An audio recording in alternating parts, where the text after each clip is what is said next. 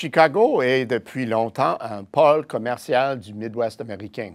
Cette région, au cœur même de la première économie du globe, gagne en importance à mesure que la mondialisation s'accélère et se présente comme un marché tout désigné pour le commerce transpacifique des marchandises. Naturellement, on cherche activement à bénéficier de son pouvoir d'achat et multiplie les interactions économiques avec la région, et ce, depuis une vingtaine d'années. D'ailleurs, le rôle de Chicago en tant que pont entre le marché américain et le reste du monde est appelé à s'intensifier, ce qui fait de cette métropole un choix évident pour l'établissement d'une deuxième représentation d'EDC aux États-Unis. Les particularités de la région économique de Chicago sont bien connues. Elle profite d'une position concurrentielle unique vu son statut de carrefour de transport intermodal. Et l'aéroport international O'Hare est l'un des plus achalandés de la planète. Autre élément d'intérêt, Chicago est depuis déjà un bon moment de point de convergence des réseaux ferroviaires du Midwest, sans compter qu'elle est une plaque tournante du transport pétrolier et gazier par pipeline. Mais ce n'est pas tout. Elle se trouve à proximité d'une voie navigable, ce qui lui confère un avantage naturel et est desservie par de grandes autoroutes qui la relient au reste du pays, un atout stratégique indéniable. Une bonne partie de l'infrastructure historique a été construite dans le but d'acheminer les produits de la région vers d'autres marchés. Au fil du temps, la région est devenue le théâtre d'intenses échanges commerciaux qui ont considérablement augmenté et élargi ses capacités industrielles. Chicago abrite un important secteur manufacturier et s'est taillé une réputation en tant que centre national de gestion de l'activité de détail. La ville possède également un secteur financier développé se spécialisant dans le commerce mondial des produits de base et génère un nombre impressionnant d'emplois professionnels, scientifiques et techniques. Plus de 400 grandes entreprises, dont 36 de la liste Fortune 500, ont leur siège social à Chicago. De ce fait, beaucoup de décisions déterminantes sont prises ici. On peut se demander si ce pôle commercial du Midwest continuera de connaître une telle prospérité. Voilà une excellente question et la réponse dépend en grande partie des décisions stratégiques de sa grappe commerciale. Chose certaine, les débouchés sont au rendez-vous. Le marché intérieur florissant est un pilier de l'activité, mais l'essor des marchés d'exportation est nettement plus porteur. À mesure que les consommateurs asiatiques voient leurs revenus augmenter, ils s'intéressent à des produits à plus forte valeur ajoutée.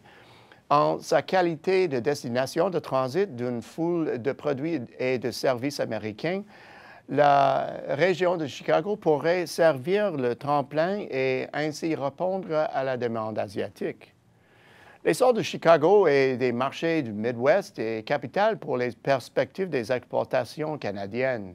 Et pour cause, aux États-Unis, l'Illinois est la deuxième destination des marchandises canadiennes, soit 13 du trafic total, devancé de très peu par l'État du Michigan.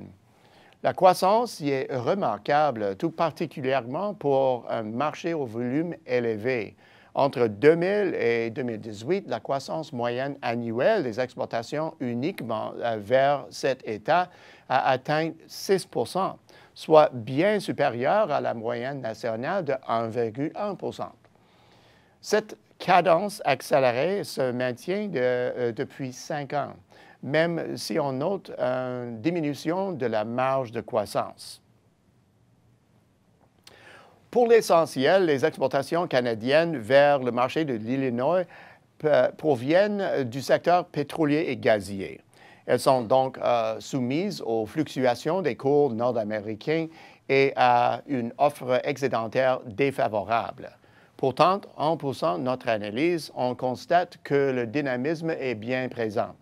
La région est un client de choix pour le secteur automobile canadien, la première industrie où s'est amorcée une reprise après la Grande Récession. Et jusqu'à aujourd'hui, les ventes vers les États-Unis demeurent à des niveaux élevés. La croissance de ces deux puissances sera limitée. Alors, dans quel secteur l'impulsion sera-t-elle la plus forte? Compte tenu des contraintes de capacité industrielle qui se dessinent à l'horizon, l'économie américaine fait de plus en plus appel aux solutions du secteur canadien de la machinerie et de l'équipement. Le volume est encore faible, certes, mais la croissance est vigoureuse. Elle se situe dans les deux chiffres au cours des 4 et 5 dernières années. Certains segments du secteur automobile, notamment les poids lourds et les pneus, font particulièrement belle figure. Quant aux exportations aéronautiques, on peut dire que la croissance s'est envolée de belle façon. Le maintien du dynamisme de l'économie américaine dépendra de plus en plus de ce type d'exportation qui permettent d'optimiser une main-d'œuvre toujours plus rare. Au bout du compte, la région du Midwest américaine promet d'être un fournisseur de solutions particulièrement actif sur un marché américain de plus en plus serré. À terme, cette zone a de bonnes chances de répondre aux besoins des marchés émergents en rapide croissance. Fort de sa présence dans la région, le Canada est bien placé pour tirer parti de ce dynamisme et accroître ses exportations au-delà de son offre traditionnelle de produits. Grâce à sa nouvelle représentation permanente à Chicago, EDC peut vous aider à prospérer sur ce marché.